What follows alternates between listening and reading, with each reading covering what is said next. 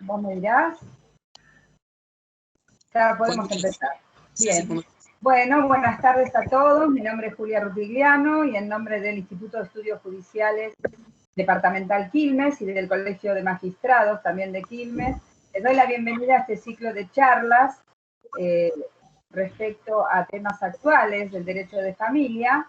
Les quiero agradecer en primer lugar a las organizadoras, las doctoras Jazmín Blanchiman y Carolina Stein. Vamos a tener en esta oportunidad el gusto de escuchar al doctor Miguel González Sandía, que nos va a hablar sobre uniones convivenciales y compensación económica. Bueno, Gaspar Gundín, el doctor Gundín, nos va a oficiar de moderador en esta charla y por supuesto de presentación y bienvenida al doctor González Sandía. Muchas gracias y que disfruten la charla. Gracias, Fernando. Gracias. Gracias, Julia. Bueno, les comento, el expositor de hoy, el doctor González Sandía, es abogado recibido en la Universidad Nacional de La Plata, doctor en Ciencias Jurídicas en la UCAL, es especialista en Derecho de Familia, también de la UCAL, y decano de la Facultad de Derecho y Ciencias Políticas de la Universidad Católica de La Plata. Profesor titular de Derecho Civil 5, Familia y Sucesiones, Cátedra 2 de la misma facultad, y profesor titular, de la asignatura Filiación en la especialización de Derecho de Familia de la Facultad de Derecho y Ciencias Políticas de la Universidad Católica de La Plata.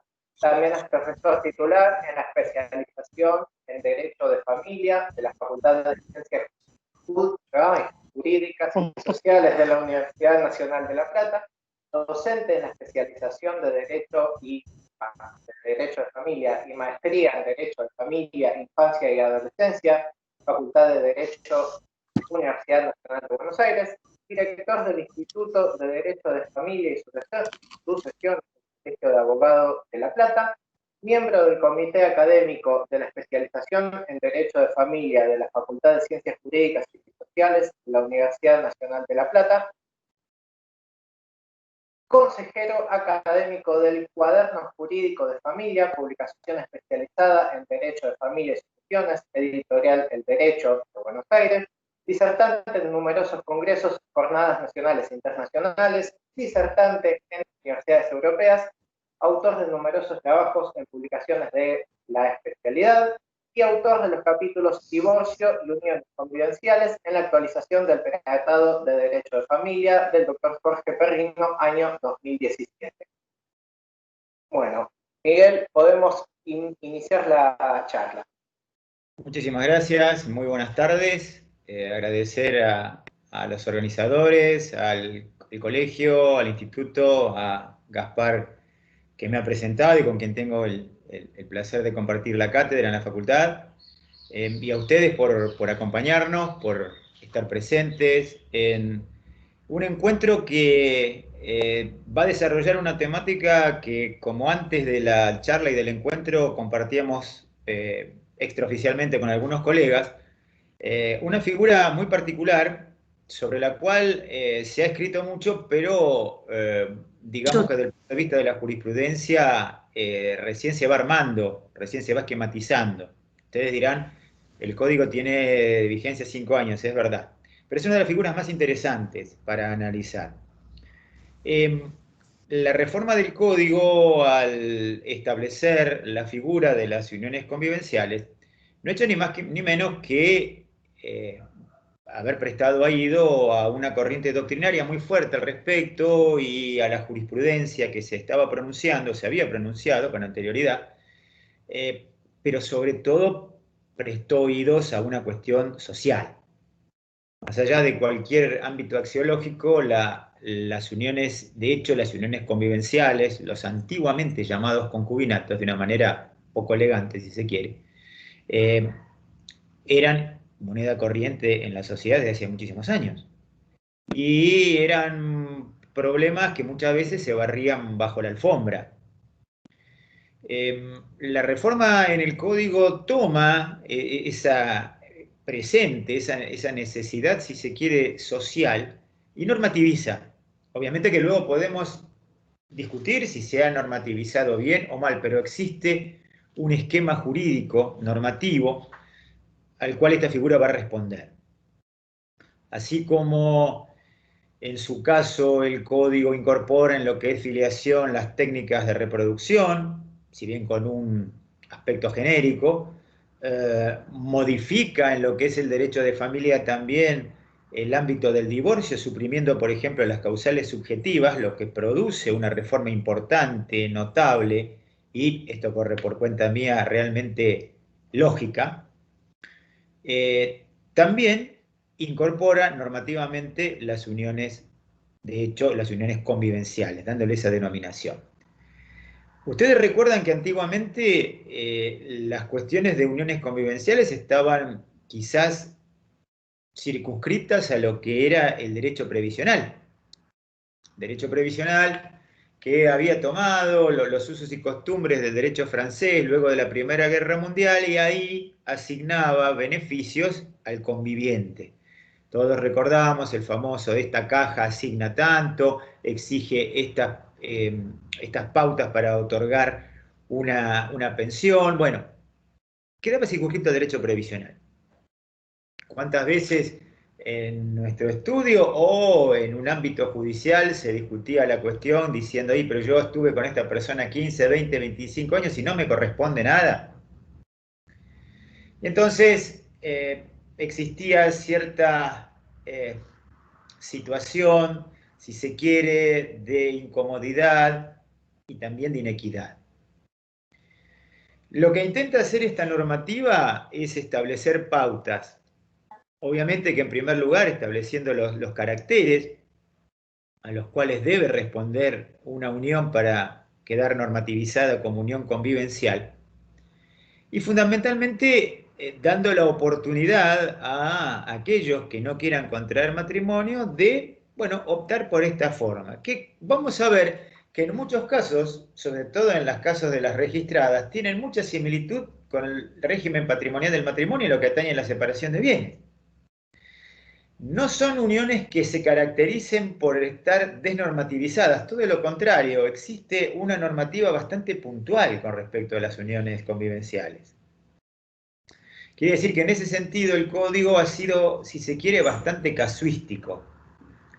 Y a su vez, tenemos que tener en cuenta también que es una de las figuras en las cuales se patentiza y se hace más tangible la tensión entre el orden imperativo del derecho de familia, ya proveniente de la idea de Vélez y luego que atravesó todas las sucesivas reformas, y el principio de autonomía, que es uno de los estandartes de esta reforma.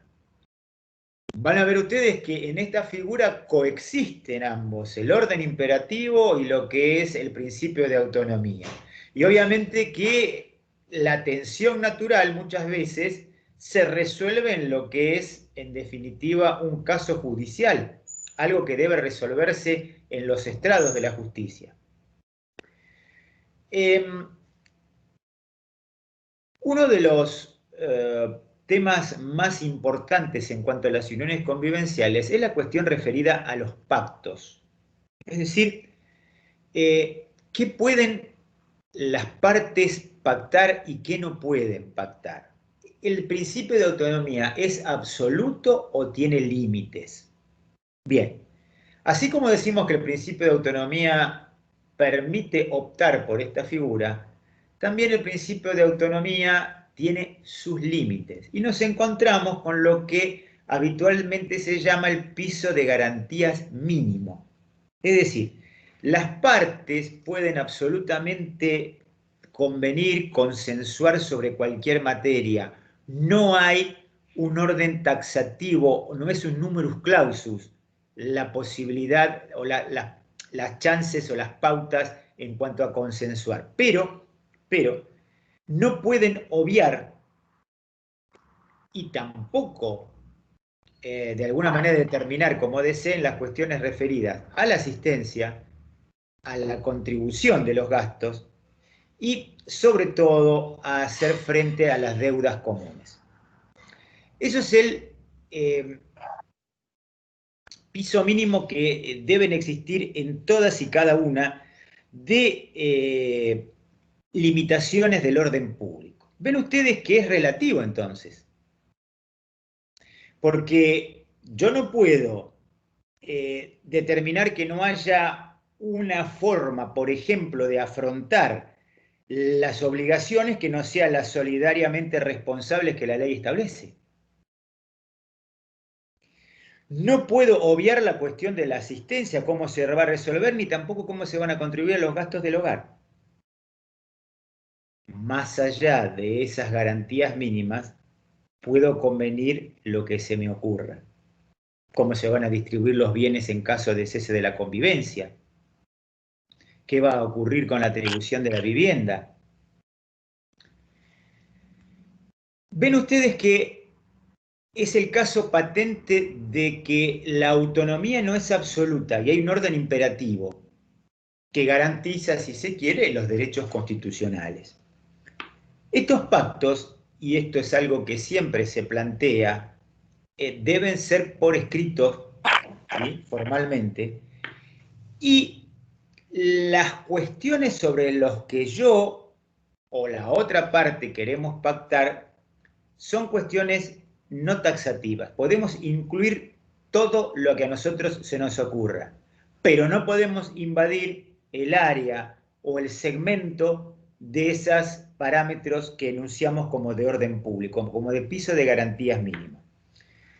A su vez, también, y ya viniendo del viejo concepto de Vélez, esas pautas que nosotros pactemos no pueden ser contrarios al orden público, ¿sí? Es decir, al principio de igualdad o al principio que afecte derechos fundamentales. Tengamos en cuenta que, como siempre decimos en estos encuentros, a riesgo de ser reiterativo, pero es muy importante, la reforma del Código ha constitucionalizado el derecho privado y cuanto más el derecho de familia. Por ende, el respeto a las pautas constitucionales se hace patente en muchas de estas figuras. Ejemplo aquí, en la cual ustedes pueden pactar sobre cualquier tema, pero no pueden, digamos, afectar ningún derecho constitucional. Por eso la asistencia, por eso cómo se afrontan las deudas, es decir, desde el punto de vista del derecho de la propiedad. Estos pactos pueden tener vigencia ilimitada, así es, pero también pueden ser modificados una y otra vez, es decir, no hay un límite temporal o de cantidad de veces para modificarlos. La modificación obedece muchas veces a cuestiones vitales, cuestiones económicas, cuestiones de salud, cuestiones, si se quiere, de conveniencia, pero cualquier modificación no puede afectar el mínimo piso de garantías. Siempre hay que tenerlo en claro. Porque esto es muy común, dice, doctor, yo puedo poner esta cláusula, perfecto. Sí, pero ¿sabe qué? De ahora en adelante voy a poner que fulana de tal, yo no voy a ser responsable de las deudas que nosotros de alguna manera podamos adquirir, por ejemplo, con respecto a la educación de los hijos. ¿Se puede? No. No. Es el piso mínimo de garantías. Excepto esos casos, el Código da absoluta libertad para pactar con pautas de cualquier naturaleza. Lo mismo ocurre con el tema de la duración. Es decir, mientras no sea dejado de lado por las partes, va a tener vigencia. Sí hay que tener en cuenta que la extinción de estos pactos y toda modificación en ese acuerdo de voluntades, así como desde el momento de la celebración tiene validez entre las partes, también la va a tener de ese momento de la extinción, pero con respecto a terceros, es menester, así como se inscribió en el registro el pacto de convivencia ab inicio, también cualquier modificación o cualquier extinción debe ser inscripta a efectos de la seguridad jurídica con respecto a terceros. La existencia de estos pactos de alguna manera blanquea situaciones que anteriormente en este tipo de uniones eran bastante oscuras y llevadas al momento de una eventual cesación de la convivencia, era sumamente dificultoso establecer los bienes, orígenes de los bienes y el modo de partir. Antiguamente se decía que todo se dividía como una sociedad de hecho, ¿sí? Hoy en día, cuando nosotros abordamos el régimen patrimonial de una unión convivencial, estamos asistiendo en muchas oportunidades a lo que es un régimen muy similar en el derecho patrimonial del matrimonio a lo que implica la separación de bienes. Es decir, esto es tuyo, esto es mío, y si no se puede probar demasiado, me llevo lo que pude probar que puse. No existe el paraguas protector de la comunidad como lo entendemos en el derecho matrimonial. También es cierto que desde el punto de vista estadístico son muchas las parejas que deciden vivir juntos sin ningún tipo de inscripción. Y aquí se presenta un grave problema en cuanto a la pauta que la misma ley establece de la protección que merece la vivienda, al igual que en el matrimonio, pero en este caso para las uniones registradas. Es decir, ese paraguas protector solamente se va a utilizar para las uniones registradas con respecto a la atribución de la vivienda. Y es un gran problema.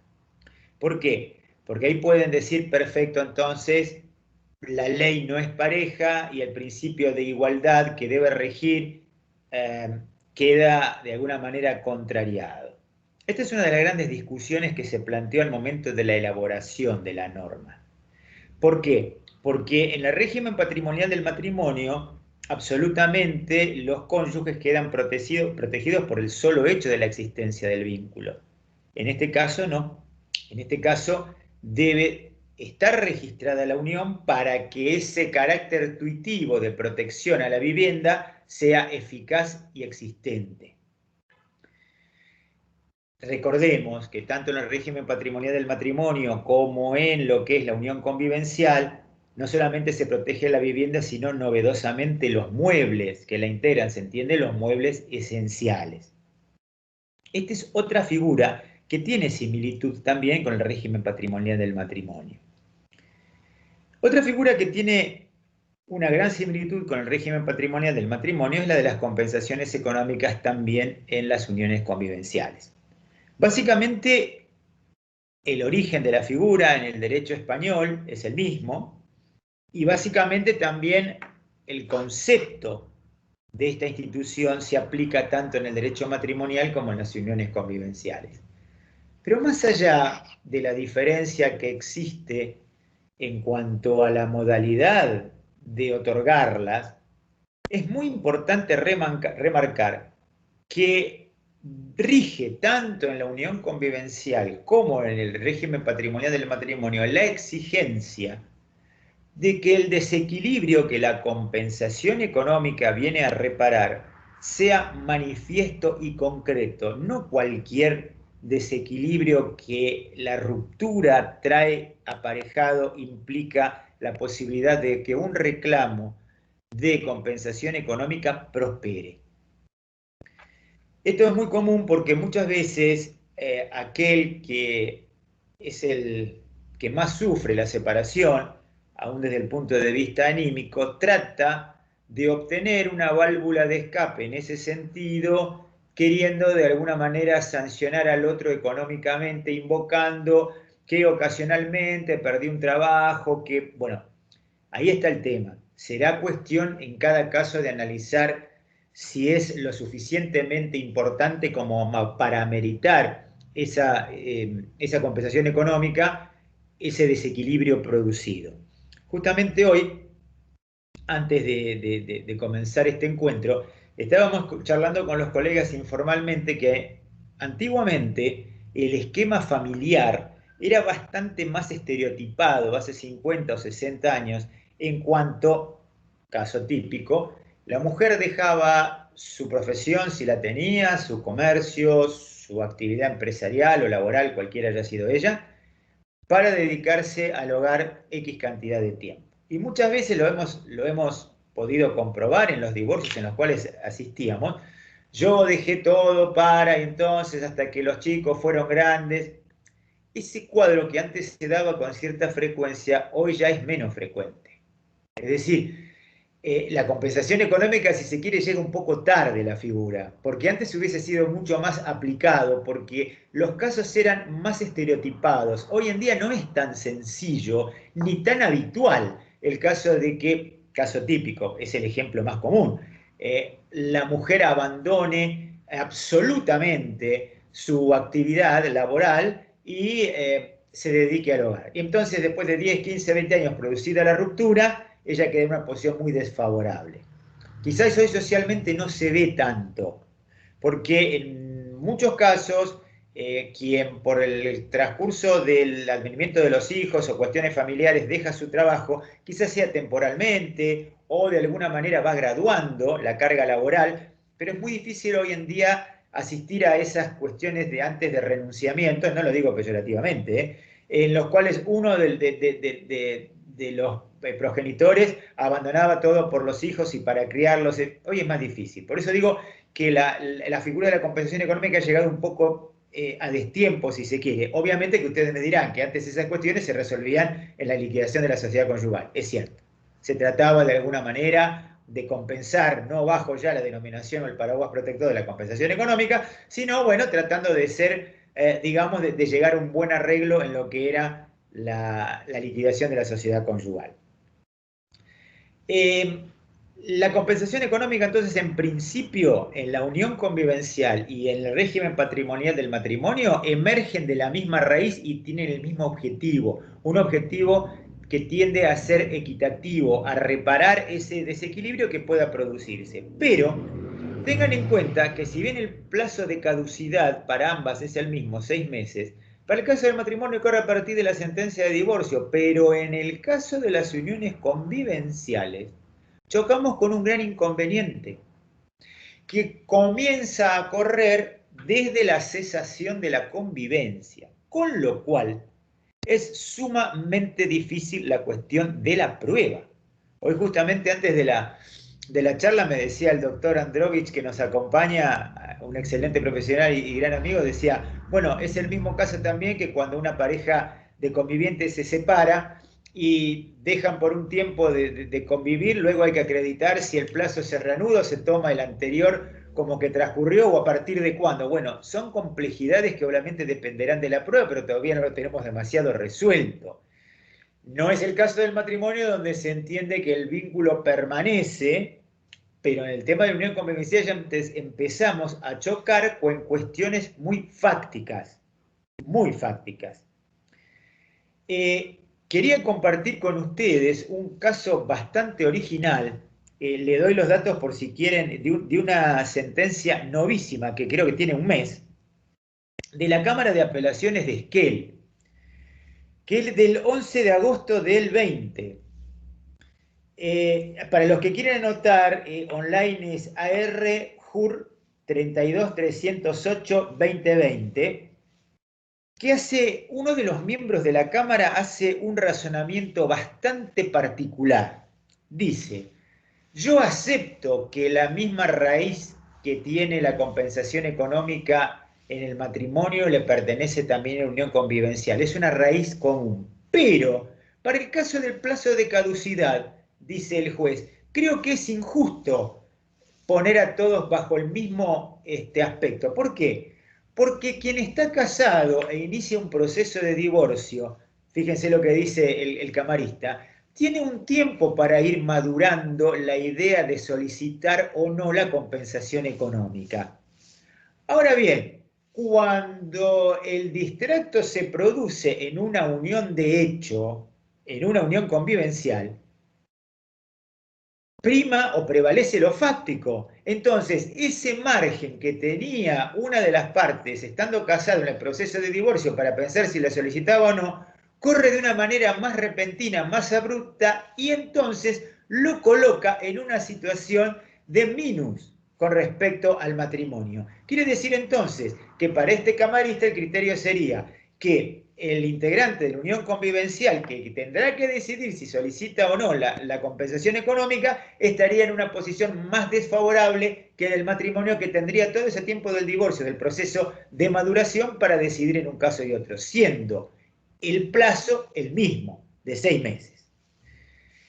También en ese fallo se deja trasuntar que podría ser esto un motivo de discriminación, ¿sí? Es decir, que podría tomarse, según la opinión de este tribunal, esta cuestión como francamente discriminadora, más allá que dice luego inteligentemente, y yo concuerdo con ese argumento, diciendo, bueno, el plazo de caducidad establecido por la ley nosotros tenemos que observarlo, pero yo no puedo dejar de hacer, dice el tribunal, esta observación de que me parece que evidentemente hay un minus ante la persona que puede razonar o madurar su decisión en el proceso de divorcio ante aquel que se encuentra fácticamente con algo repentino y entonces ya empieza a correr el plazo. Me parece un planteo interesante. De todas maneras, creo que, y esto es muy personal, se puede compartir o no, que 6 meses es un plazo bastante prudencial para que cualquiera de las partes pueda, digamos, evaluar la posibilidad de incoar la acción o no. ¿Por qué existe el plazo de seguridad en este caso? Más allá de por una cuestión de técnica legislativa, porque si ustedes toman los plazos de caducidad en la reforma, son todos bastante breves. Se ha tratado de dinamizar mucho más los plazos, que eran mucho más estrictos en las anteriores normas, por una cuestión de seguridad jurídica, ¿sí? Es decir, de no tener un reclamo sine die pendiente, una espada de Damocles absolutamente, digamos, sin una posibilidad de decir hasta aquí llegamos.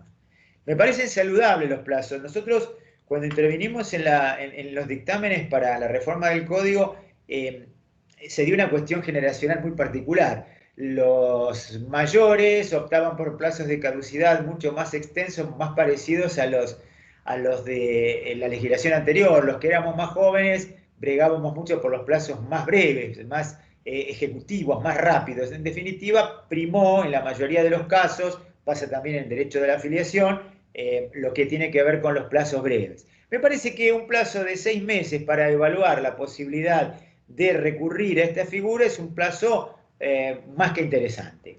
No deja de ser llamativo el planteo que hace la Cámara de Esquel, da para reflexionar, ¿sí?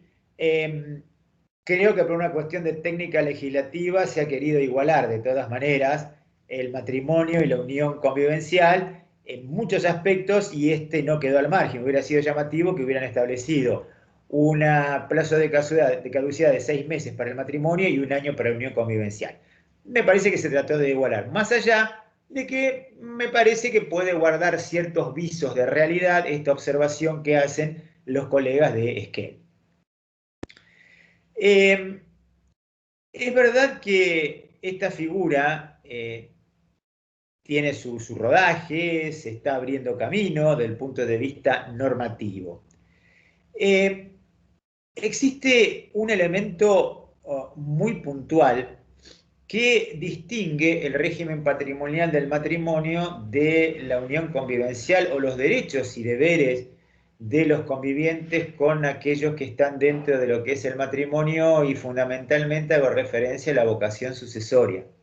La falta de vocación sucesoria es uno de los elementos más puntuales que distinguen a la unión convivencial del matrimonio. Mucho se ha hablado de esto, evidentemente es un signo que demarca el límite, y así como los integrantes de un matrimonio como de las uniones convivenciales deben estar protegidos en los derechos constitucionales, en lo que atañe al derecho sucesorio se ha querido establecer una marca distintiva en cuanto a la no compatibilidad de regímenes, y es obviamente uno de los elementos que distingue la diferencia. Hay dos cuestiones que a mí me llevan a reflexionar al respecto de cómo va a evolucionar esta cuestión.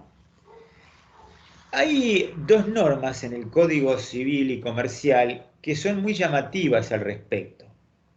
Una es la del artículo 59 del Código Civil y Comercial, que establece que ante la imposibilidad de otorgar un consentimiento médico, puede otorgarlo el conviviente.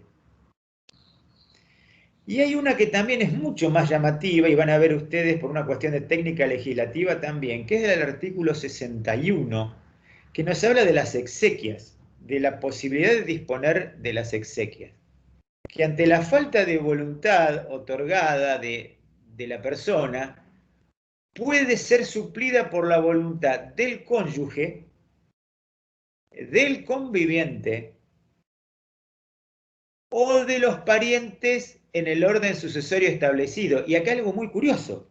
Fíjense que el conviviente está con anterioridad, con prelación, o en orden de prelación, principal, por ante aquellos que a la ley les otorga un derecho sucesorio, sin tener el conviviente esa vocación sucesoria.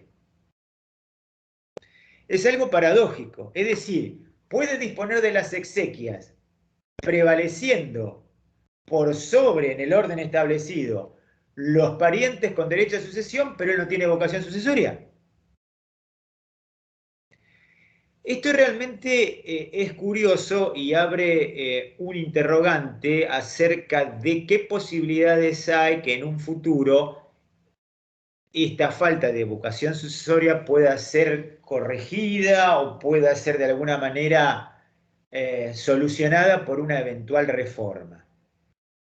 Ayer en una clase en el posgrado de la Universidad Nacional de La Plata surgió una controversia referida a la pluriparentalidad y la socioafectividad como fuente de la filiación, y que el artículo 558, que establece las normas de filiación, las fuentes de la filiación, ya ha quedado desbordado por lo que es la jurisprudencia, sobre todo en cuanto al reconocimiento de la socioafectividad como fuente de la filiación, y eso que abre la puerta a la pluriparentalidad. Fíjense ustedes que puede estarse de acuerdo o no, pero en 5 años esa norma del 558 en cuanto a la filiación ya ha quedado desbordada totalmente. Y estamos hablando de un código que tiene 5 años de vigencia. Fíjense la dinámica social y compárenla con la dinámica social de hace 30, 40 o 50 años atrás. Ese es un gran interrogante que campea por sobre lo que es la reforma. Si no sería conveniente también mínimamente reflexionar la posibilidad de otorgarle una vocación sucesoria al conviviente. Obviamente ustedes me dirán, y es lo que decimos todos y reaccionamos de manera instintiva, pues si la persona lo hubiera querido favorecer, lo hubiera hecho en vida con cualquier liberalidad. Y sí, es verdad. Pero también es cierto que a veces se dan lugar a situaciones injustas o prima facie inequitativas. Yo les estaba contando a los colegas un caso de muy poquito tiempo antes de la reforma del código, en la cual en una sucesión de unos clientes de Bahía Blanca que yo estaba tramitando, pedimos prórroga de jurisdicción en La Plata, y había un inmueble muy lindo en el centro de Bahía Blanca en el cual el causante vivía con una señora sin casarse. Mis clientas, su mamá, la mamá de mis clientes, estaba divorciada vincularmente de este señor, no tenía ningún derecho, y este señor fallece. Obviamente que mis clientas inician la sucesión, hay orden de inscripción sobre ese inmueble donde esta mujer vivía con el causante en Bahía Blanca, y mis clientas solicitan el desalojo. Desde el punto de vista del derecho positivo es absolutamente incuestionable. Pero el planteo de esta señora, que seguramente le da haber hecho a su letrada, es decir, bueno, yo después de 20, 25 años no tengo nada. Obviamente, y ustedes me dirán también, volvemos al mismo ejemplo, y si este señor lo hubiera querido favorecer, lo hubiera hecho en vida, de acuerdo. Ahora bien, supongamos que este señor no hubiera estado 25 años con la señora, hubiera estado 3 o 4 y hubiera fallecido repentinamente. No existían las normas tuitivas con respecto a la protección de la vivienda, o no existía la figura de la unión convivencial, que de alguna manera intentan suplir esta carencia que la ley anterior tenía. Ajustado a derecho, mis clientes tenían toda la razón. Es más, el juzgado ordenó el desalojo. Pero desde el punto de vista de la inequidad. Y lo podemos discutir. Habría que ver esta señora en el tiempo que vivió con este señor, el nivel de vida que tuvo, etcétera, etcétera. Pero obviamente también, si este señor le hubiera querido beneficiar, lo hubiera hecho. Ese es el primer gran interrogante que nosotros tenemos con respecto a una eventual modificación en las uniones convivenciales. Hay otro que me parece también muy interesante traer a colación, y tiene que ver con lo que parte de la doctrina, y muy calificada doctrina, se llama los pactos de solidaridad. Nosotros sabemos que la solidaridad es la piedra angular del ejido social, de la familia. Es, si se quiere, un imperativo ético y moral. Y también sabemos que hay situaciones en las cuales hay personas que no viven unidas entre sí por un vínculo afectivo o sexual o de vida de pareja. Pueden ser hermanos, pueden ser amigos, que denoten cierta vulnerabilidad por su estado de salud, por su edad. Y existe la tendencia doctrinaria de propender a lo que se denominan pactos de solidaridad. Es decir, a través de un pacto, otorgar derechos a esa persona que sin ser objeto de amor romántico o interés sexual, comparte un mismo techo conmigo. Podemos ser amigos o amigas. Y que le da derecho a ciertas posibilidades de vivienda, asistenciales, de alimentos. Me parece una opción interesante. Sí, también podríamos caer en el mismo argumento de que si yo quiero beneficiar a alguien, podría hacerlo por una liberalidad. No es necesario suscribir un pacto. Puedo donar, pero no me parece algo tampoco muy descabellado. Creo que esto nace en las Jornadas Nacionales de 2009 de Derecho Civil. Fue propuesto en su momento por el doctor Córdoba. Ustedes saben que Marcos Córdoba es un distinguido doctrinario y él siempre hace hincapié en el tema de la solidaridad. Y la idea de esta corriente doctrinaria, de los cuales él es uno de los que le encabezan, es tender a, más allá de las uniones convivenciales que siempre tienen otros caracteres, bueno, extender algunas pautas de esa figura a situaciones en las cuales no está movido por un proyecto en común o un amor o convivencia de pareja. Interesante, quizás mínimamente apto para discutirlo. Creo también que no sé si próximamente va a haber una gran reforma del código. Ayer cuando hablamos, como les decía yo, en la Universidad Nacional, el tema de la filiación, también encontrábamos situaciones en las cuales ya la doctrina y ya la jurisprudencia está presionando para reformar o se pasa por sobre ella y se legisla. Recuerden ustedes el 558 de la filiación, que no puede haber una persona con dos filiaciones. Aquí ya hay una pluriparentalidad por fallos. O sea que ya la misma jurisprudencia está dejando en desuetudo una norma que tiene 5 años. Quizás el avance de los fallos también tienda a modificar lo que es la cuestión de la vocación sucesoria y también de alguna manera hagan o puedan dejar hacer o a llegar a dar paso a lo que son estos pactos convivenciales basados solamente en una idea de solidaridad. Me parece o me pareció interesante traerlos a colación, en tanto y en cuanto escapa un poco a la idea que nosotros tenemos de la pareja convivencial basada en el amor o en el interés sexual o en ambas cosas. ustedes me dicen mi opinión. Yo diría que hay que ser muy prudentes en este sentido. Como decíamos ayer en ese encuentro también, yo no soy tan partidario de ir reformando, digamos, a medida que se van produciendo los fallos, porque se puede llegar a tornar una inseguridad jurídica brutal. Si nosotros cada 5 años o 4 años reformamos, vamos a caer entonces después en lo que criticábamos con anterioridad. ¿Qué era lo que criticábamos con anterioridad? Que en el orden de derecho de familia el código estaba reformado por leyes sueltas. La 23.264, la 17.711, la 23.515, no abordaban una reforma integral. Entonces, eran parches. Bueno, ahora, a 5 años de vigencia del código, es muy difícil decir, vamos a reformar íntegramente el Código Civil y Comercial o vamos a reformar íntegramente el módulo de familia. Yo lo veo improbable. Ahora, ¿cuál es la otra opción de técnica legislativa? Directamente ir reformando por leyes sueltas, que era lo que anteriormente criticábamos.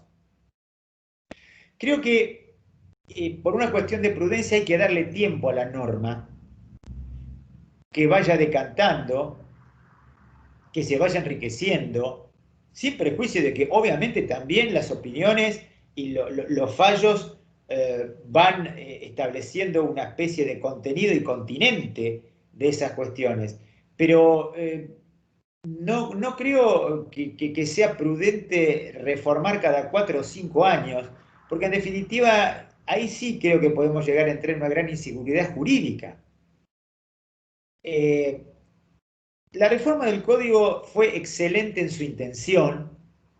Podemos discutir la metodología, podemos discutir la coherencia de algunas normas entre sí, podemos discutir también cierta contradicción que puede haber en algunos ámbitos, pero creo que fue sana.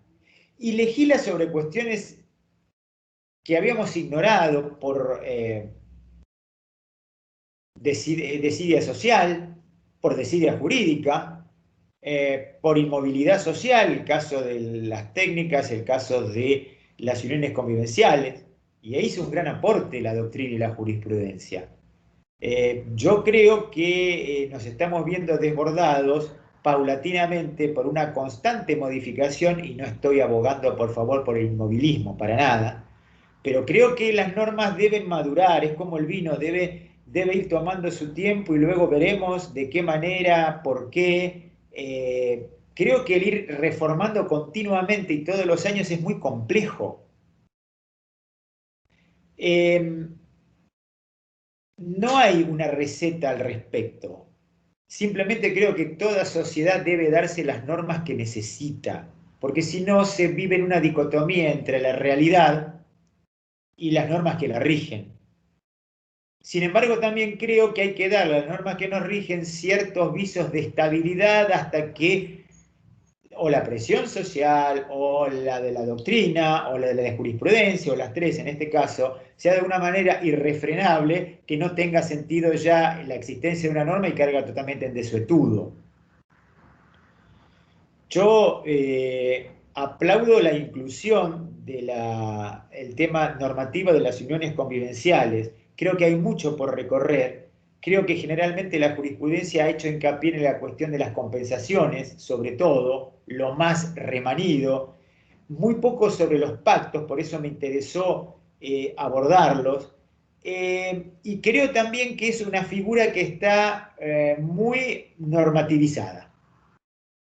Y en algunos casos le diría que casi tanto como el matrimonio, en su régimen patrimonial.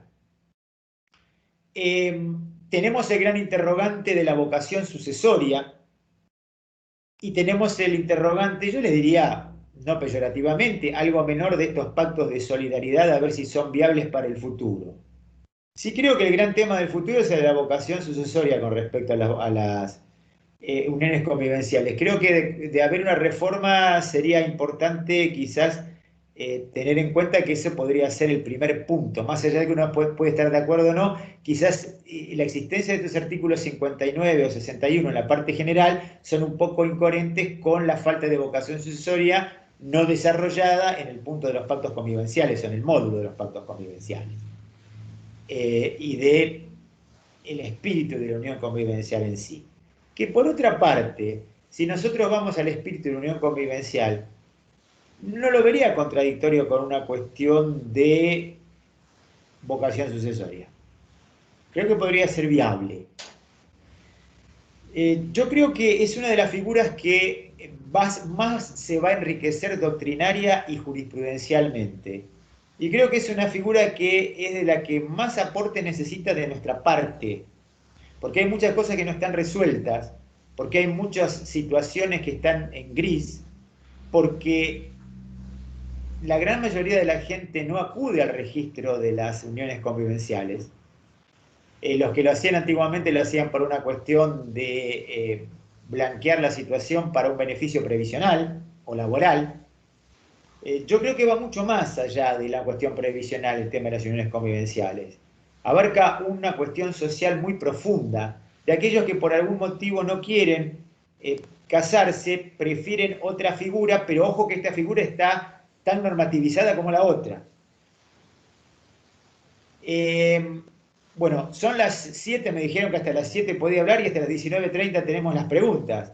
Yo sé que van a surgir un sinnúmero de preguntas, de interrogantes sobre lo que se habló y lo que no se habló, así que estoy a disposición de ustedes para tratar de avanzar en ese sentido. Bueno, la doctora Rocío está levantando la mano.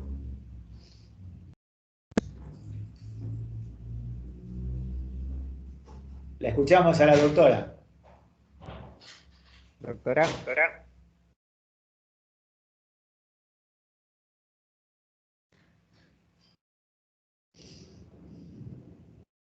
No la tenemos a la doctora. No.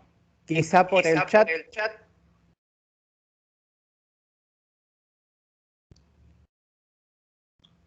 Yo encontré un tema muy interesante justamente, que es este tema de la vocación hereditaria que no tienen en este caso los convivientes, y que creo que es uno de los puntos fuertes a tener en cuenta en el caso de plantear una reforma del régimen de las uniones convivenciales. De hecho, a mí me han consultado por un caso, una pareja que ha convivido durante 20 años, y siendo aún joven, uno de los integrantes de esta convivencia, lamentablemente sufre un accidente y fallece. Bueno, justamente la consulta era si a la conviviente supérstite le correspondía algún derecho hereditario, y lamentablemente tuve que decirle que no, que la ley no la avala en ese sentido, sino que bueno, tenía presente sí la cuestión de la seguridad social y su derecho real de habitación, pero respecto a la cuestión sucesoria no tenía derecho que la asistiera, y bueno, la respuesta obviamente no fue recibida con mucho agrado por esta persona, pero en definitiva es el régimen como lo tenemos. Sí, no olvidemos también que esto tiene una explicación que viene desde el punto de vista histórico. Nosotros somos herederos directos del derecho romano y del derecho francés. En el derecho romano la figura del pater familias y de la familia constituida era algo muy fuerte, más allá de los contubernio de los esclavos, que es otro tema. Pero a su vez no olvidemos también la fuerte impronta de Napoleón en cuanto a el rechazo de toda cuestión que fuera extramatrimonial, los hijos y las uniones. Entonces, en nuestro derecho era lógico que Vélez en su momento hubiera, desde el punto de vista sociológico, hubiera adoptado una actitud marcadamente abstencionista. Es decir, diciendo, bueno, esto no existe. Pero esa actitud abstencionista se mantuvo extrañamente a lo largo de muchos años, más allá de la época de Vélez. Entonces, esto era lo sorprendente. Era como que de algo no se hablaba. Él es mi concubino, ella es mi concubina, hasta con esa terminología. Entonces, era necesario que existiese una evolución. Hablo de esto sin ningún tipo de cuestión axiológica, ¿eh? Era necesario que existiese una evolución para que la ley le diera respuesta a cuestiones que se planteaban en este sentido. ¿Cómo se resolvían? ¿Qué protección tenía esa persona? ¿Qué derechos o qué obligaciones? Entonces, lo de la falta de vocación sucesoria también viene como consecuencia de ese hilo conductor. Es decir, de alguna manera también la protección de la familia legítima. Pero si nosotros nos remitimos al 14 bis de la Constitución Nacional, se protege integralmente a la familia sin hacer referencia a ninguna, por lo tanto estarían todas incluidas y no sería una cuestión discriminatoria. Ese podría ser un elemento que podría de alguna manera enarbolarse en aras de una eventual reforma. Muy bien. Bueno, acá veo que levanta la mano la doctora Regina Cuchit, o Cusit. ¿Se puede activar el sonido?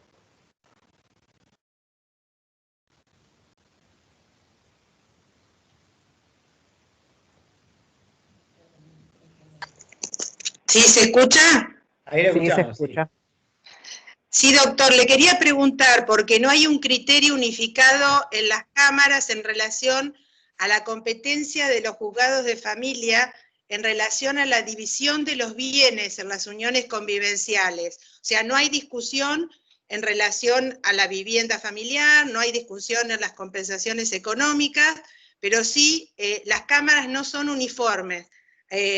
Hay un fallo de cámara muy reciente de San Isidro, donde entiende que es competente, que la competencia es de los juzgados civiles y comerciales. ¿Cuál es su opinión? Mire, es uno de los temas quizás más particulares y llamativos que se han planteado. Nosotros vayamos de un punto de vista de la técnica legislativa, de la metodología del código referida a cómo se legisla esta cuestión. ¿En qué capítulo existen las uniones convivenciales? En la parte de familia del código. ¿Sí? Las cuestiones atinentes que han dado lugar a esa cuestión de bienes, ¿dónde tienen su origen? En una unión convivencial, que es una figura del derecho de familia. Entonces, lo lógico sería que sean los juzgados de familia aquellos que intervienen con estas cuestiones de los bienes o toda cuestión atinente o vinculada con las uniones convivenciales. A veces caemos, y ayer justamente salió el tema en este encuentro que tuvimos en la Universidad Nacional, en cuanto a que a veces ciertas cuestiones que tienen que dirimir las cámaras tienen que ver más con la cuestión procedimental o procesal que con cuestiones de derecho de familia. Usted sabe que uno de los problemas más graves que tenemos los abogados en derecho de familia o los jueces en derecho de familia es que cuando la cuestión va a la Cámara, en la mayoría de los departamentos judiciales, las cámaras están integradas por procesalistas. Perdón, doctor, justamente la Cámara de San Isidro que acaba de sacar esto está integrada por una ex jueza de familia, la de San Isidro, que creo que es la primera jueza de familia que integra la Cámara. Bueno, nota de color. Sí, no, es llamativo entonces. ¿Por qué? Porque usted sabe que los magistrados procesalistas, cuando tienen que fallar sobre una cuestión de derecho de familia, en su gran mayoría tienden a no extenderse y a no analizar el contexto, sino ciertas normas procesales si se cumplen o no. Y una de las cuestiones fundamentales de derecho de familia es analizar el contexto. Es decir, ustedes tomen en cuenta, en primer lugar, el juez que tiene que fallar en derecho de familia tiene que ser una persona que, de acuerdo a la ley, a la vigencia del código, tiene que ser un especialista. Y si no, tiene que tener cierta versación en lo que es derecho de familia al abordar una cuestión de derecho de familia. Normalmente cuando ustedes van a la Cámara, en la gran mayoría de los casos, por ejemplo, en La Plata, las cámaras de apelaciones solamente existe un solo integrante de todas las cámaras que tenga versación en derecho de familia, el resto no. Entonces usted se encuentra en muchos casos, no estoy atacando la idoneidad de los jueces de la Cámara de La Plata, algunos los conozco y son amigos míos, estudiamos juntos en la facultad, pero me refiero, ver las cosas o analizar o abordar las cuestiones de una perspectiva meramente procesal muchas veces quita el contexto general. Entiendo que por una cuestión lógica tienen que entender los tribunales de los juzgados de familia, ¿sí? Nunca entendí el argumento de aquellos jueces de civiles y comerciales que quieren abocarse, dice que son cuestiones eminentemente civiles. Bueno, el derecho de familia forma parte del derecho civil, pero es una rama distinta, con sus particularidades. Y si la figura de la unión convivencial forma parte del derecho de familia, pues entonces debería dirimirse las cuestiones en esos juzgados. ¿No? Pero lo que usted dice, sí, hay algunos fallos en ese sentido también. No hay uniformidad. No, no. No, y creo que ahí usted tiene la cuestión particular de la unión convivencial. Fíjese, si hubiera sido una cuestión de matrimonio, y directamente. Pero fíjese usted cómo cuesta instalar la figura. Me hace acordar como cuando costaba muchísimo instalar la figura del abogado del niño y las controversias con lo que diferenciarlo del tutor de al ítem o del asesor de incapaces. Lo que costó instalarlo. Bueno, me parece que también está costando a nivel de fallos instalar la figura del unión convivencial. Y esto es un caso. Gracias. No, por favor. Bien, tenemos una consulta de Marcela Villordo. Nos dice, en relación a la disolución de la comunidad de bienes, ¿qué pasa cuando uno de los cónyuges, el que se queda en el hogar, asume todos los gastos y también de otros bienes, y el otro igual reclama canon locativo? De las uniones convivenciales. Quiero creer que se estaba refiriendo a las uniones convivenciales. Bueno, el canon locativo es aplicable en los dos casos, porque es una cuestión equitativa. Ahora, será una cuestión de evaluar en ese caso particular si puede ser viable o no, atento a que el que se ha quedado tiene que irrogar otros gastos. La historia del canon locativo tiene su lógica, y aquí hay queridísimos colegas que puedo visualizar, como la doctora Gundín, o el doctor Androvich, o el doctor Gaspar Gundín, que entienden a qué se refiere uno. Muchas veces se daba a que venía la cliente y decía, yo, total, me quedo con la casa hasta que los chicos tengan 18 años, tengo el techo asegurado, o 21 en esa época, y la otra persona va y se tiene que alquilar aún siendo el propietario de la casa o mínimamente era un bien ganancial. Y realmente, en muchos casos, aunque pueda parecer bastante antipático lo que digo, era bastante injusto. Porque vaya a saber quién había tenido la responsabilidad o si era conjunta del distracto en la pareja, y uno de ellos, normalmente el varón, debía irse a alquilarse un departamento, caso típico estoy dando, ¿no? Y estar ahí hasta que la casa se pudiera vender, los chicos fueron mayores de edad. Y eso daba lugar a muchos abusos. Entonces, nosotros que hemos estado de un lado y del otro, nos dábamos cuenta que una de las posiciones era muy cómoda. Entonces, ¿cuál es el objetivo del canon locativo? Es decir, bueno, yo me voy, pero vos te quedás en la casa, tenés el beneficio del techo, pagame algo. Y esto es algo, y por ahí lo veo a Alejandro que está ahí, que realmente, sobre todo a las mujeres les ha caído muy mal. Porque, y le reitero, no estoy haciendo una cuestión de género, estoy hablando de los casos típicos, ¿eh? Es como decir, ¿qué otra cosa ha caído muy mal, por ejemplo? El no poder tener un culpable en el divorcio.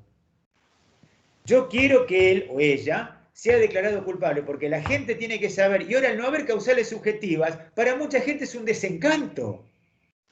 Porque la sociedad no lo sanciona, y ¿saben qué? Perfecto que no hay causales subjetivas, porque se desangraban lo poco que quedaba de la familia, se desangraba totalmente en una lucha absolutamente atroz, sin sentido, y la vida después, sobre todo de los chicos, quedaba condicionada por una pésima relación con los padres por el juicio contradictorio. Y hay una frase de Mirraji que me parece fantástica, en un fallo de no hace tantos años, pero anterior a la reforma del Código, que decía que es muy difícil saber dentro de las cuatro paredes quién tenía la culpa. Entonces, asistíamos a situaciones injustas. Volviendo al tema del canon locativo. Yo creo que el canon locativo lo que tiene que tratar de hacer es evitar situaciones que en extremo muchas veces resultaban injustas, inequitativas para quien debía irse, pero obviamente si en este caso la persona que se queda tiene que afrontar una serie de gastos importantes, probablemente no sea viable el canon locativo a favor de quien abandonó o tuvo que dejar el hogar, por cuestiones que, bueno, es inviable. No siempre el canon locativo es viable. Obviamente que hay que ver el contexto y hay que ver también la posibilidad de quien tendría que colaborar con ese o abonar ese canon si está dentro de sus posibilidades. Pero me parece que el canon locativo es una figura que puede funcionar muchas veces como tratar de ver si liquidamos cuanto antes los bienes en común. Y no está mal. No está mal. Porque antes la posición de la persona que se quedaba en lo que había sido antiguamente, antes de la reforma, el hogar conyugal, solía ser muchas veces muy cómoda, ¿eh? Y era el otro el que tenía que irse a alquilarse un departamento, ver a dónde iba, etcétera, etcétera. Mientras la otra persona quizás en muchos casos estaba en condiciones económicas de pagar un canon locativo, en lo que hoy entendemos como canon locativo. ¿Sí? Muy bien. Aquí tenemos una opinión de Torres, no tengo identificado el nombre de Torres, pero nos dice, creo que quizás la intención del legislador ha sido mantener justamente esa diferencia con el matrimonio y creo que lo hace intentando propiciar y sostener el matrimonio como institución, sin perjuicio de reconocerles derechos a los convivientes para evitar que en caso de cese de la convivencia queden totalmente desprotegidos. Sí, indudablemente que el legislador ha establecido normas por separado porque son figuras distintas. El matrimonio es una institución. ¿Qué es una institución? Nosotros, si nos proyectamos en lo que es la teoría francesa de Prelot o de Maurice Horiou, la institución es aquel elemento de la vida social cuya duración y existencia no depende de la voluntad subjetiva de los individuos. Está clarísimo que el matrimonio es una institución. Ahora bien, durante muchísimos años, desde el punto de vista normativo, esa institución fue la célula básica de la sociedad. Hoy en día, más allá de que yo estoy de acuerdo con la institución matrimonial, también existen otras posibilidades para aquellos que no quieren constituir una familia en base al matrimonio o una pareja en base al matrimonio, y evidentemente que el legislador lo ha tratado como una base diferencial. Obviamente que en la medida que se vayan ampliando los derechos para los convivientes, va a dejar de ser ya una unión convivencial y va a acercarse mucho más al matrimonio. Obviamente que sabemos que no es la intención del legislador ese, y quizás tampoco sea la intención social de hacerlo. Simplemente el tema de la vocación sucesoria surge como un elemento diferencial que yo marqué a los efectos de ver que quizás que en poco tiempo esa previsión quede obsoleta en tanto en cuanto sea desbordada por la doctrina y la jurisprudencia, más allá de que yo pueda estar de acuerdo o no. Muy bien. Aquí tenemos también un comentario de Mara Granja que coincide con tu postura y nos comenta si nos sigue costando cuando se refería a la dificultad que tenemos para incorporar la unión convivencial como una nueva forma de familia. Es una opinión bastante popular. Sí, hoy en día quizás el hecho de la denominación unión convivencial ha dejado de lado ese término peyorativo del concubinato, ¿no es cierto? Desde ese punto de vista es una terminología, si se quiere, mucho más acorde a estos tiempos, pero evidentemente existen diferencias con respecto a la institución matrimonial. Pero yo recomiendo algo. Para aquel que quiera ver las diferencias y las similitudes, van a ver que en muchos casos el derecho matrimonial tiene muchísimos puntos de contacto con la normativa de las uniones convivenciales. Es decir, hay diferencias de modalidades, inclusive con la compensación económica, pero la figura es la misma. La protección en la vivienda es la misma. El deber asistencial es el mismo. Entonces, ya no es una figura tan cortada, es más bien, las diferencias son más bien poco nítidas. Exactamente, sí. Creo que coincidimos la mayoría aquí que son dos figuras que se están asemejando cada vez más la una a la otra y creemos que la pequeña diferencia que falta es justamente la vocación sucesoria. Marcela Villordo agradece la respuesta, dice gracias doctor, muy claro. Y no tenemos más preguntas acá en el chat. No sé si alguien quiere tomar la palabra para hacer alguna consulta, algún comentario al doctor. Yo quería hacer una reflexión final, si ustedes me permiten, y después obviamente escuchamos a los colegas. Muchas veces el derecho argentino se ha caracterizado por tomar figuras de otros derechos y transpolarlas, y realmente el experimento no fue el mejor. Creo que en el caso de las uniones convivenciales se tomó el modelo normativo español, pero era una figura social que ya estaba incorporada por la Argentina. Es decir, el tomar el modelo español como espejo no hizo más ni menos que enmarcar una cuestión social ya existente. Y eso es importante remarcarlo, porque nosotros no tomamos una normativa ni una situación fáctica de otro país. Ya la sociedad tenía incorporada esta forma de vida, con la cual se puede estar de acuerdo o no, pero ya la sociedad estaba instalada en la sociedad. Lo que ha hecho la Argentina en este caso es tomar como modelo el espejo español, pero adaptándola ya a una situación existente. No es algo que haya traspolado caprichosamente de una figura que en este país no existiera socialmente. Eso me parece siempre tenerlo en cuenta. Muy bien. Acá tenemos algunos comentarios más. Tenemos a Diana Rama, que dice excelente disertación, muchas gracias. La doctora Torres, acá me aclara su nombre. Soy la doctora Nancy Torres, perdón, pero no me di cuenta al ingresar que solo figuraba mi apellido. Y aquí tengo una pregunta, esperen que se me despliegue, de Alejandra Chávez. Si querés, Alejandra, podés tomar la palabra si tenés micrófono. Empieza, creo que se refería a María Granja, a que a las mujeres les cuesta el tema de los divorcios sin culpa y el tema de la locación. Ahí está completa la pregunta, la aclaración que hacía Alejandra Chávez respecto al comentario de Granja. Sí, es verdad, les voy a contar una anécdota sin dar nombres, que me pasó hace 2 o 3 años. Una colega conocida que pertenece al Poder Judicial, yo la patrociné en su juicio de divorcio, y en Quilmes. Y me acuerdo que fuimos a la audiencia y una de las magistradas la conocían, o se conocían obviamente. Entonces, en la audiencia, mi clienta quería contarle los motivos. Y la jueza decía, pero fulana le decía, escuchame, no, pero yo te quiero contar, le decía, aunque más no sé, escuchame como amiga. Bueno, no, pues dice, pero ¿sabés lo que pasa? Yo tengo 25 audiencias ahora que tomar, lo charlamos ahí en la comisión, porque obviamente formamos parte de la comisión. Entonces me dice, no, pero vos me tenés que escuchar, me dice, porque vos sos la jueza. Y bueno, la jueza me guiñó el ojo, bueno, a ver, te escucho 5 minutos. Y se sintió mejor después.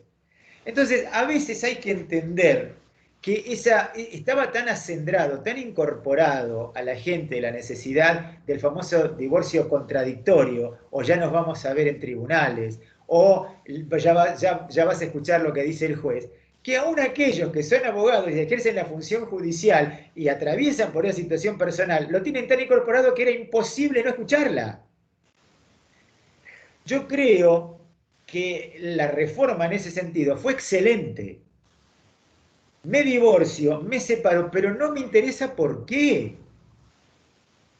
Porque en definitiva a la sociedad no le interesa, es un tema particular.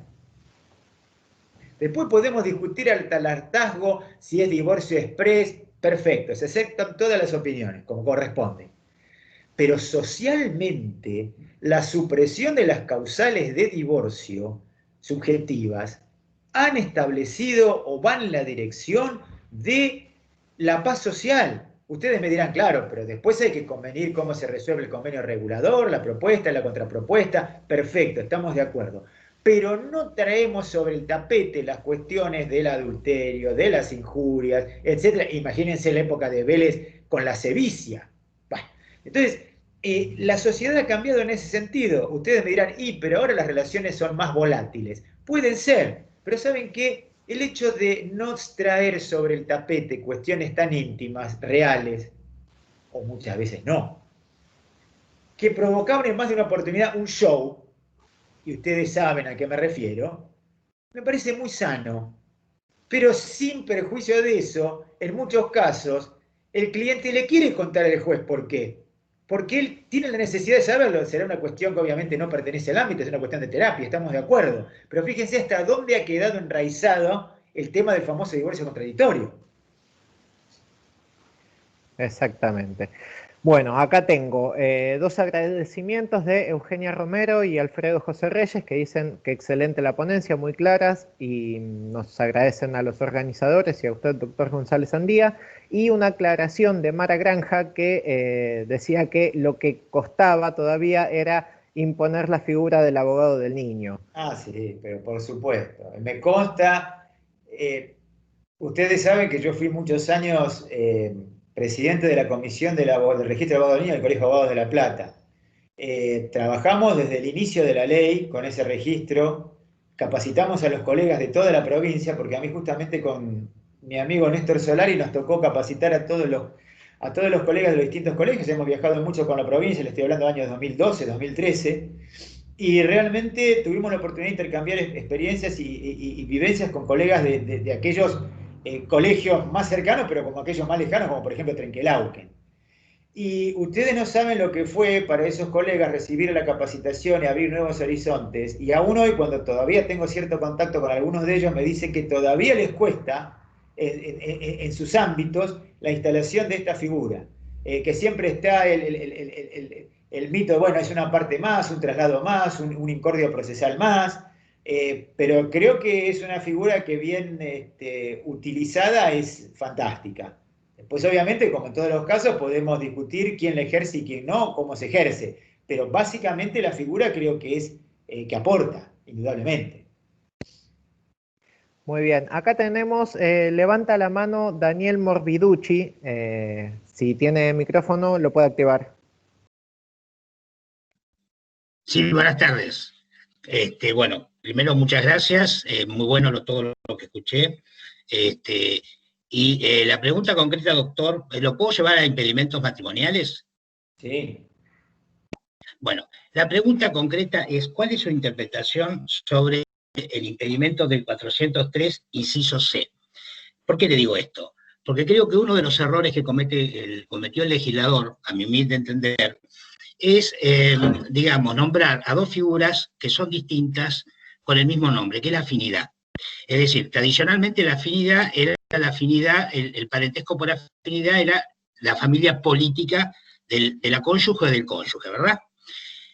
Ahora, cuando se ingresa en la figura del padre afín o de la madre afín, que me parece que debió quizás ponérsele otro nombre, debiera jugar el impedimento matrimonial del inciso C del artículo 403, que prácticamente era idéntico al artículo anterior, que es un impedimento matrimonial, la afinidad en línea recta en todos los grados. Y esto ha llevado a que se considere que esa afinidad es también la que surge de ser madre afín o padre afín. De hecho, creo que hubo un fallo en Mar del Plata donde debieron judicializarlo la cuestión, y bueno, y el fallo fue a favor, ¿no es cierto? Es decir, se trataba de una señora que estaba en unión con un señor, ese señor tenía una hija, usted lo debe conocer el fallo, y el señor fallece y la señora, bueno, y la hija del señor quieren casarse. Y como es, y bueno, se lo impiden por este artículo, porque consideran que era madre e hija afín. Yo realmente tengo mi opinión, yo considero que esta era perdón, ellos negaban que no tenían una relación demasiado cercana y por eso era que querían contraer matrimonio, que en ese caso no se aplicaba el fundamento de la afinidad. Mire, yo creo que la afinidad, obviamente, los impedimentos matrimoniales a lo largo de la historia se han mantenido en general. Si nosotros nos remontamos al código de Hammurabi, al código de Manú, a todo lo que era la creencia de los pueblos bárbaros, cuando de alguna manera dirimían sus diferendos a través de las faidas, ¿no es cierto?, de la venganza, de las guerras tribales, generalmente eran por este tipo de cuestiones. Yo creo que básicamente, si usted me pregunta mi opinión, el código ha seguido el lineamiento en general de la anterior legislación. Pero en lo que usted dice, yo creo que con el tiempo va a ocurrir algo así como en la afiliación. Se van a presentar cuestiones parecidas al de este fallo, en la cual, invocando ese tipo de vínculo amoroso y de la autonomía de la voluntad, van a querer dejar de lado el tema de los impedimentos. Por el famoso tema de que de alguna manera tenemos derecho a ser felices y el Estado no puede ingerir dentro de lo que Vidal Campos en su momento decía, ese área de protección o de autonomía. Yo creo que el impedimento va a seguir y creo que es una de las columnas fuertes de la legislación que continúa con el mismo criterio del anterior. No sé si la existencia de algún fallo puntual puede con el tiempo comenzar a socavar esas bases. Pero lo de Mar del Plata es bastante particular, sí, es como que, digamos, el argumento que ellos utilizan para que se les haga lugar no conformó al jugador, al magistrado, porque lo vio demasiado si usted me permite, demasiado naif, ¿sí? Pero es un tema que creo que se puede llegar a plantear, sobre todo teniendo en cuenta que nuestro código hoy recepta el tema de las familias ensambladas. Entonces, abre la puerta para una forma familiar que la anterior legislación no contemplaba y de alguna manera entonces puede pensarse que por un camino elíptico puede llevarse tarde o temprano a la modificación del esquema de los impedimentos. Por el momento no lo veo. Me pareció original el fallo. El caso, mejor dicho. Sí, sí. Es decir, yo en realidad, digamos, mi criterio es que esto había quedado como un resabio del código anterior y no había, o sea, me parece que no fue afortunado, a mi humilde criterio, denominar a dos figuras que no son iguales con el mismo nombre, y eso trae alguna confusión. Es decir, la afinidad siempre estuvo relacionada con el parentesco político, digamos, ¿no? Y la afinidad de la madre afín o el padre afín es otra cuestión, es una cuestión distinta, quizás debió denominarse de otra manera, no sé cómo, pero de otra manera, para separarlo un poquito. Ojo con el tema de la introducción de la familia ensamblada que tiene que ver con la segunda acepción que usted dice. Claro, claro, claro. Está muy bien. Muchas gracias. Muchas gracias. No, gracias. Muy bien, bueno, ahora tenemos algunos agradecimientos. Ana Yor, Alejandra Chávez, Nicolás Medel, nos agradecen la ponencia, dicen que está muy clara. Taida Granja nos agradece y sobre todo a las autoridades de la facultad de la UCALP y una alumna actual de la universidad, Silvana Sánchez, también nos manda agradecimientos. No tenemos más consultas en el chat. No sé si alguien más quiere tomar la palabra. Tenemos un par de minutitos más y luego ya estamos terminando.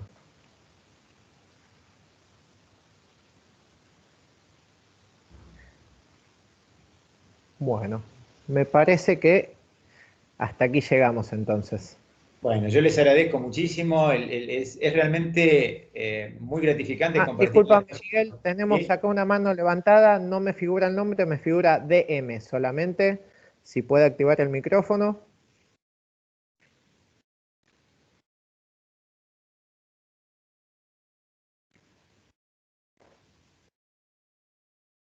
No, no aparece. Está la mano levantada, pero no lo tenemos presente. Es el mismo, es Daniel Morbiducci. Ah, que quedó la mano levantada. Habló. Solamente. Sí, es el mismo. Quise bajar, pero pensé que había bajado, disculpen. No, ahora tengo la mano levantada, ahí abajo. Ahí está. El agradecido soy yo por haber compartido este momento con los colegas. Es muy interesante para todos traer a colación cuestiones nuevas, debatir, proponer, escuchar. Tengamos en cuenta que no está resuelto todo, esto recién se está echando a rodar. Van a haber muchísimos fallos, muchos en una dirección, otros contradictorios. Todas las opiniones son válidas, pero esto es muy enriquecedor. Yo como un colega más, ni siquiera como expositor, ni como decano, simplemente como un colega más, me parece que es una excelente oportunidad asistir a estos encuentros donde todos nos enriquecemos. Y si luego de un encuentro nos ha permitido conocer algo más, reflexionar algo más, cambiar de opinión sobre algo más, bueno, quiere decir que el encuentro valió la pena. Muchísimas gracias. No, muchas gracias a usted, doctor. Muchas gracias a todos los asistentes. Y bueno, nos estaremos encontrando el próximo miércoles para hablar un poquito con el doctor Anderovich de la cuota alimentaria. Gracias, buenas noches. Gracias a todos.